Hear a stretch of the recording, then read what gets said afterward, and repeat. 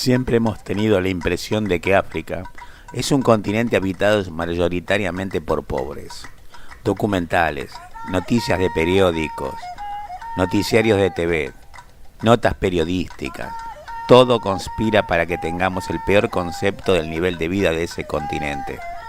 Cuando en otras partes del mundo, pueblos que han estado siglos en condiciones paupérrimas han salido de su postración en unas décadas. África parece la excepción. Se dan muchas razones, pero algunos expertos piensan que la sangría poblacional de 400 años sobre los pueblos de África Occidental y Oriental ha causado una devastación enorme en esas sociedades.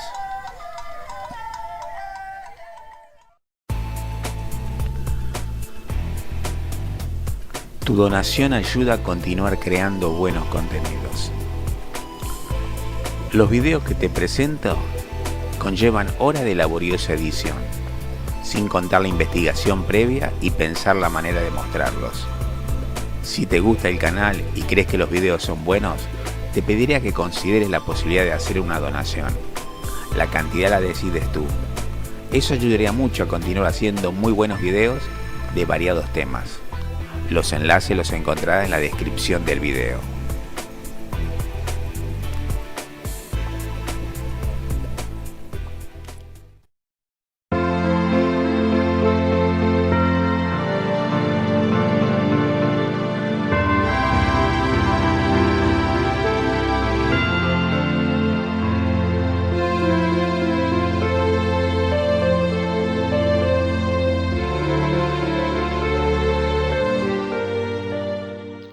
Hola, ¿qué tal? ¿Cómo están? Otra vez juntos como siempre. Y esta vez le vamos a dar cierre al tercer video con respecto a la esclavitud africana. Esta es la parte final y trata sobre los efectos que tuvo esa terrible sangría humana sobre la población y la economía de África, porque, vamos a ser sinceros, a los africanos no les salió gratis todo eso. Hubo secuelas, hubo unas consecuencias, y es lo que vamos a ver. Por supuesto, los expertos, como siempre pasan con los académicos, no están de acuerdo. Algunos dicen que no fue tan grave, otros dicen que la pobreza permanente de África hasta el día de hoy es consecuencia de esa terrible devastación poblacional que se hizo en África, sobre todo en la parte occidental y oriental, porque dejó sin gente joven, dejó mucha inestabilidad, en fin, trajo cambios en la sociedad africana que no se hubieran dado si no hubiera existido el negocio de la esclavitud. Vamos a estudiar todos esos temas y bueno, también para nosotros, para pensar, porque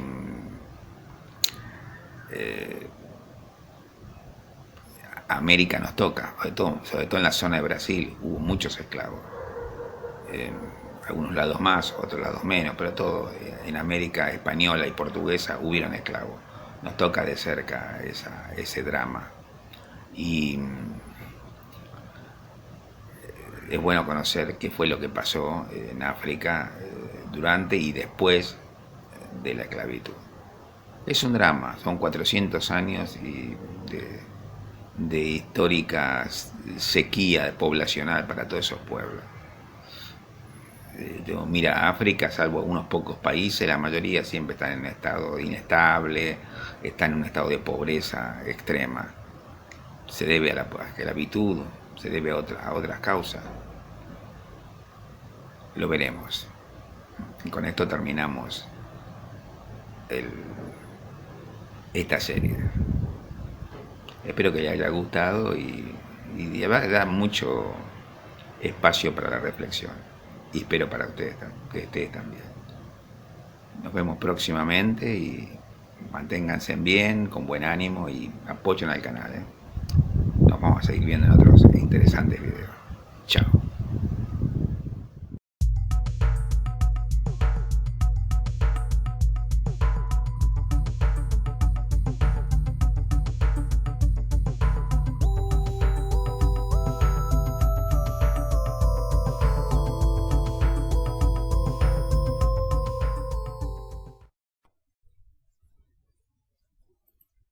La mayor parte de académicos encuentran que el comercio de esclavos tuvo un efecto negativo sobre el crecimiento y desarrollo a largo plazo.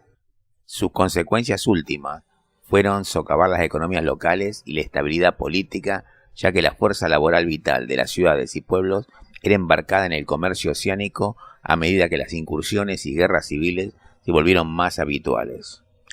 Con el auge del comercio de esclavos a gran escala, motivado por las necesidades europeas, la esclavitud del enemigo se convirtió cada vez menos en una consecuencia de la guerra para volverse progresivamente una razón para ir a la guerra.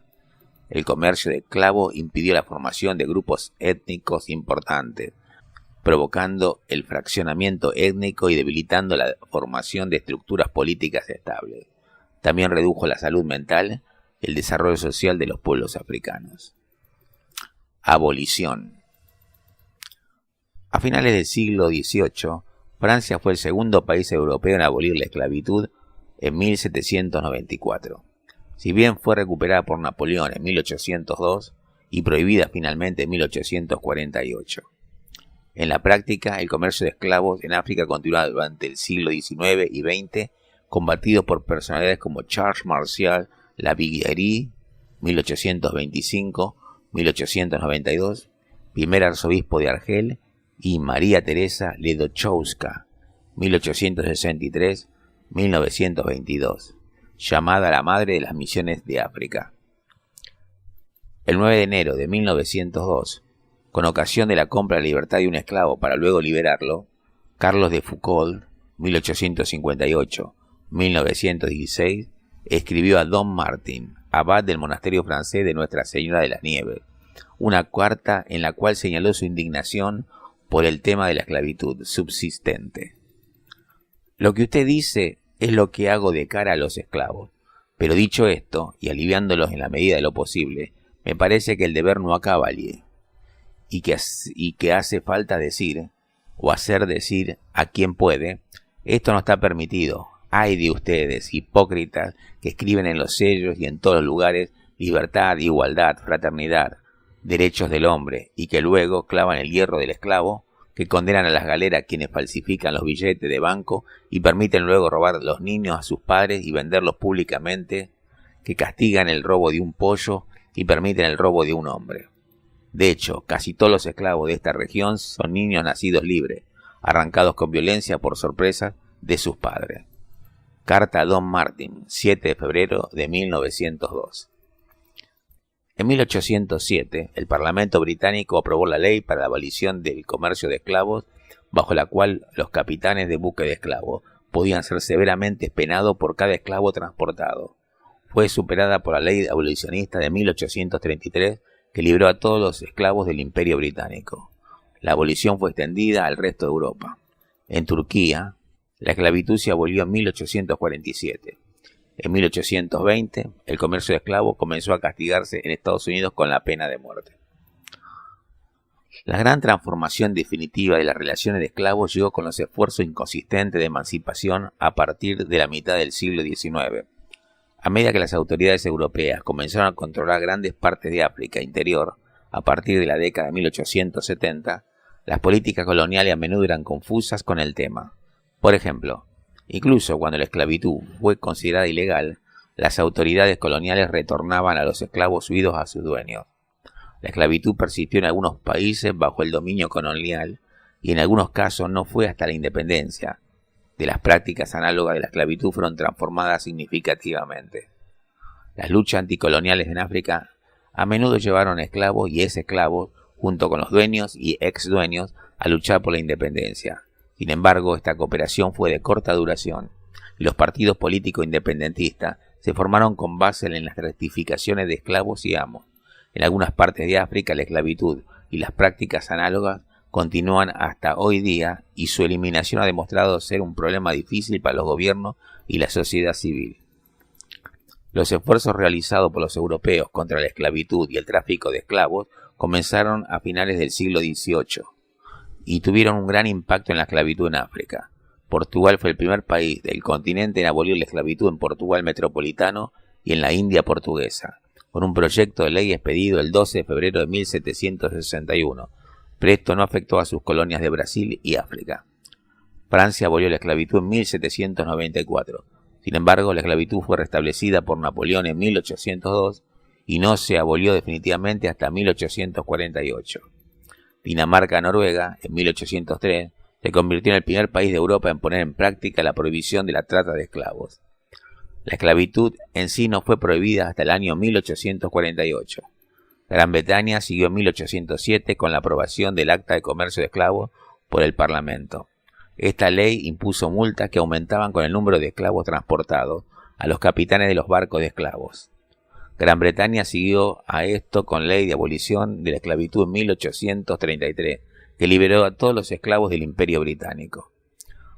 La presión británica en otros países dio lugar a un acuerdo para poner fin al tráfico de esclavos desde África. Por ejemplo, la ley de los Estados Unidos sobre el comercio de esclavos de 1820 consideraba el comercio de esclavos como piratería que se castigaba con la pena de muerte. Además, el Imperio Otomano abolió el comercio de esclavos de África en 1847, bajo la presión británica. Hacia 1850, año en que el último participante importante en el comercio de esclavos en el Atlántico, Brasil, aprobó la ley Eusebio de Queiroz, prohibiendo el comercio de esclavos, este comercio había disminuido significativamente y, en general, únicamente se mantenía comercio ilegal. Brasil continuó la práctica de la esclavitud y era la mayor fuente de comercio ilegal hasta 1870, aproximadamente, y la abolición de la esclavitud se hizo permanente en 1888, cuando la princesa Isabel de Brasil y el ministro Rodrigo Silva prohibieron la práctica. Los británicos tomaron un enfoque activo para detener el comercio ilegal de esclavos en el Atlántico durante este periodo. Al West Africa Squadron se le atribuye la captura de 1.600 barcos de esclavos entre 1808 y 1860 y la liberación de 150.000 africanos que estaban a bordo de estos barcos. También se tomaron acciones contra los líderes africanos que se negaron a aceptar los tratados británicos para prohibir el comercio, por ejemplo, contra la usurpación del rey de Lagos, depuesto en 1851. Los tratados antiesclavistas fueron firmados por más de 50 gobernantes africanos.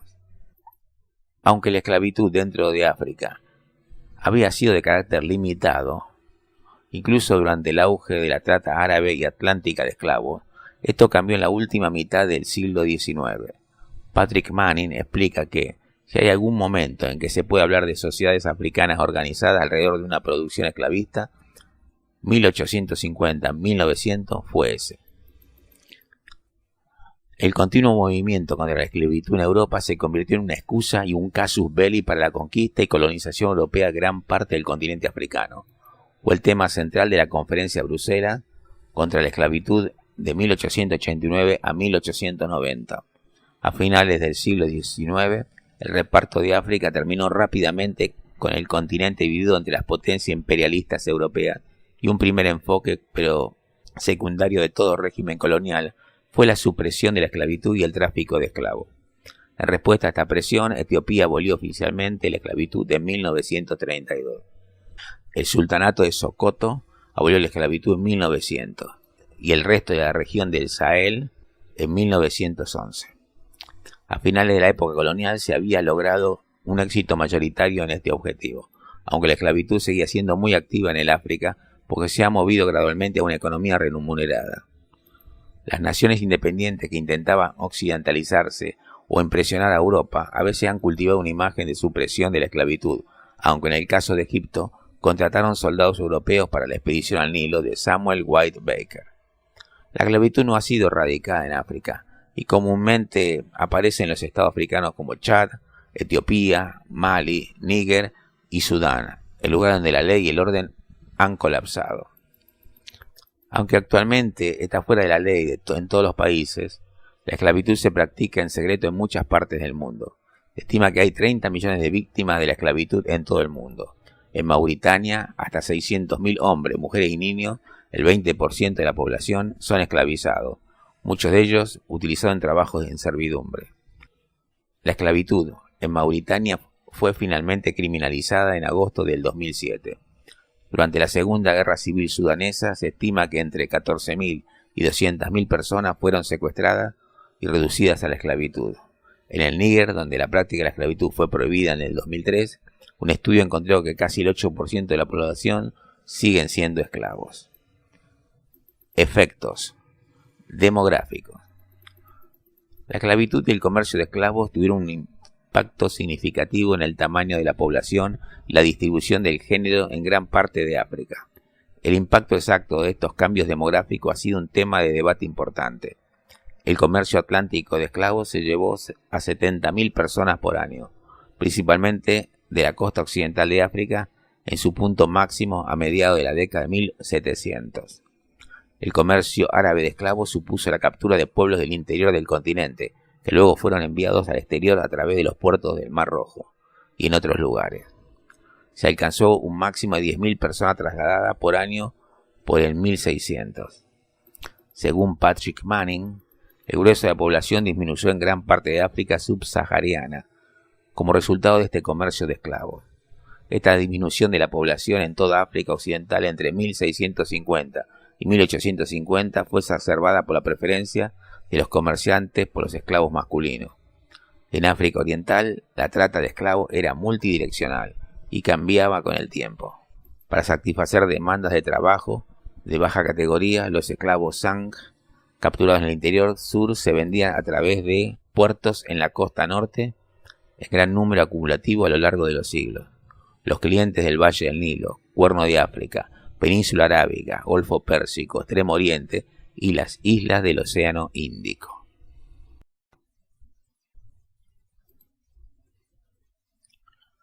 Extensión de la esclavitud. La extensión de la esclavitud en África y el comercio de esclavos en otras regiones no se conoce con precisión. Aunque el comercio de esclavos en el Atlántico ha sido mejor estudiado, las estimaciones van de 8 millones de personas a 20 millones. La Transatlantic Slave Trade Database estima que el comercio atlántico de esclavos capturó alrededor de 12,8 millones de personas entre 1450 y 1900. El tráfico de esclavos a través del Sahara y el Mar Rojo, desde el Sahara, el Cuerno de África y África Oriental, se ha estimado en 6,2 millones de personas entre 600 y 1600. Aunque la tasa se redujo en África Oriental por 1700, el tráfico de esclavos a través del Sahara y el Mar Rojo, desde el Sahara al Cuerno de África y África Oriental, se ha estimado en 6,2 millones de personas entre el año 600 y 1600. Aunque la tasa se redujo en África Oriental por el año 1700, aumentó desde el 1800 y se estima en 1,65 millones de este siglo. Debate sobre el efecto demográfico. Los efectos demográficos de la trata de esclavos son algunos de los temas más controvertidos y debatidos. Walter Rodney argumentó que la exportación de tanta gente habría sido un desastre demográfico y había dejado a África en permanente desventaja en comparación con otras partes del mundo, y que esto explica en gran medida la continuación de la pobreza del continente. Ha presentado números que muestran que la población de África se estancó durante este periodo, mientras que la de Europa y Asia creció de manera espectacular. De acuerdo con Rodney, todas las otras áreas de la economía se vieron afectadas por la trata de esclavos, ya que los mejores comerciantes abandonaron las industrias tradicionales para hacerse esclavistas y los niveles más bajos de la población se vieron afectados por la misma esclavitud. Otros han desafiado este punto de vista. David Eltis ha comparado los números a la tasa de migración de Europa durante este periodo. Únicamente en el siglo XIX más de 50 millones de personas abandonaron Europa hacia las Américas, una tasa mucho más alta que las tomadas de África. Otros, a su vez, cambiaron esta visión.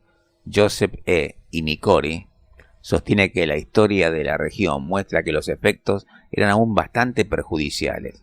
Sostiene que el modelo económico de África del periodo fue muy diferente del europeo y no podía sostener estas pérdidas de población.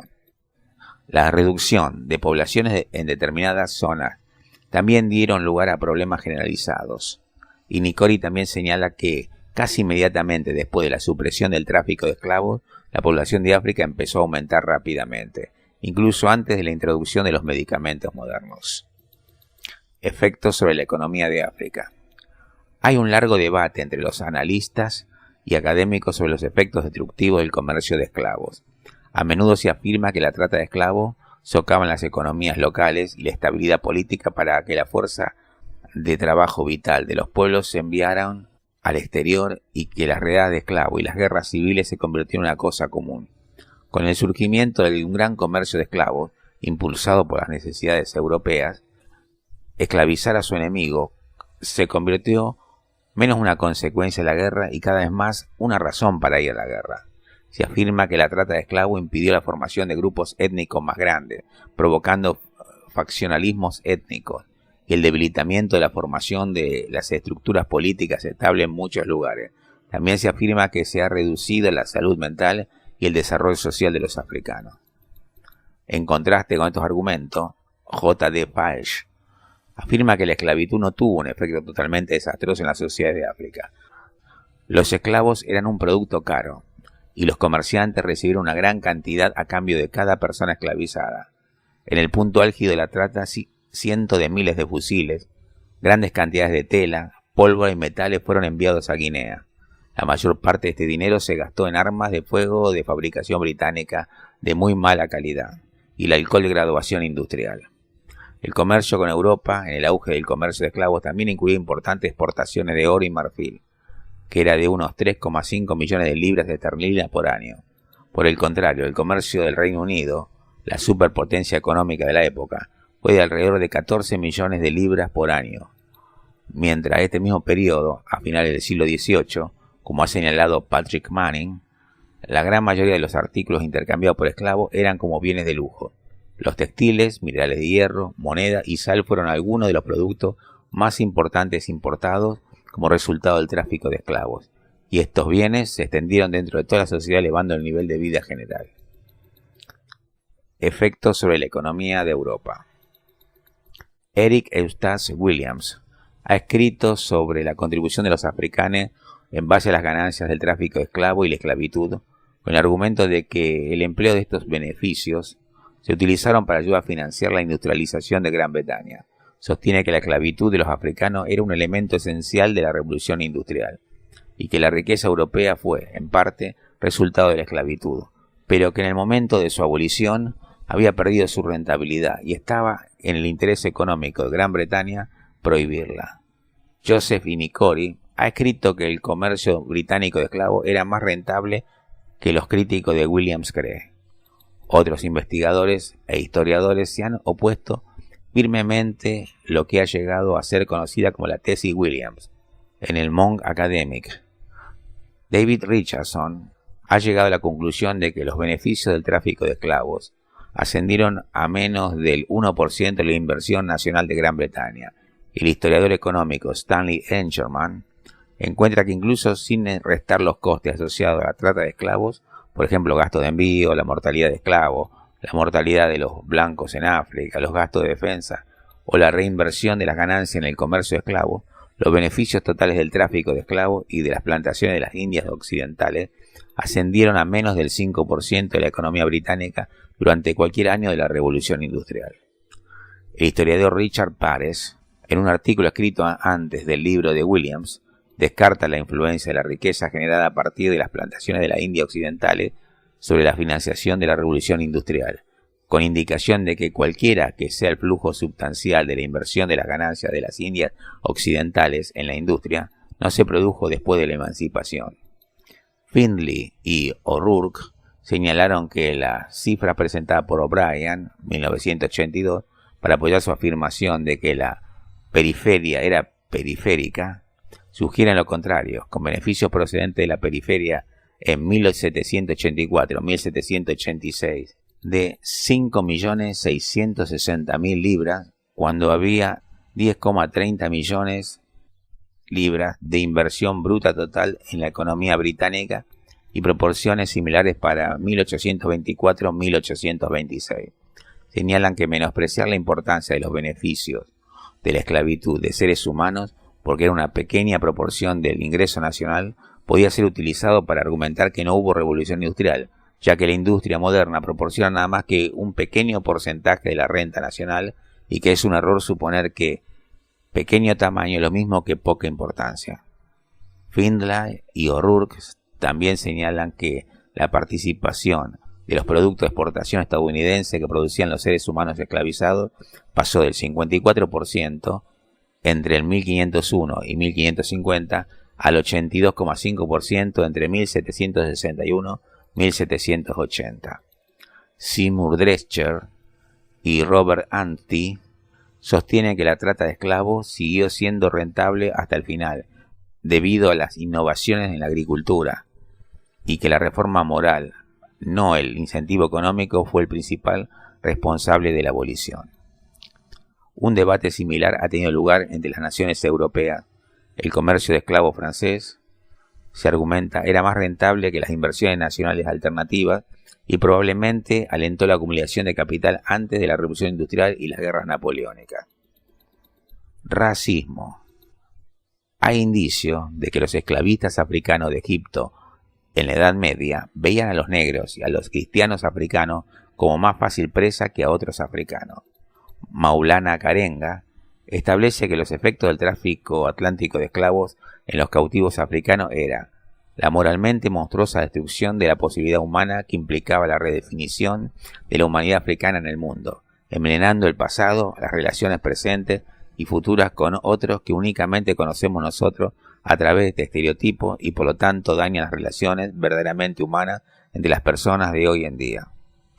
Él cita que constituía la destrucción de la cultura, el idioma, la religión y la posibilidad humana. Puedes elegir mirar para otro lado, pero nunca puedes volver a decir que no sabías.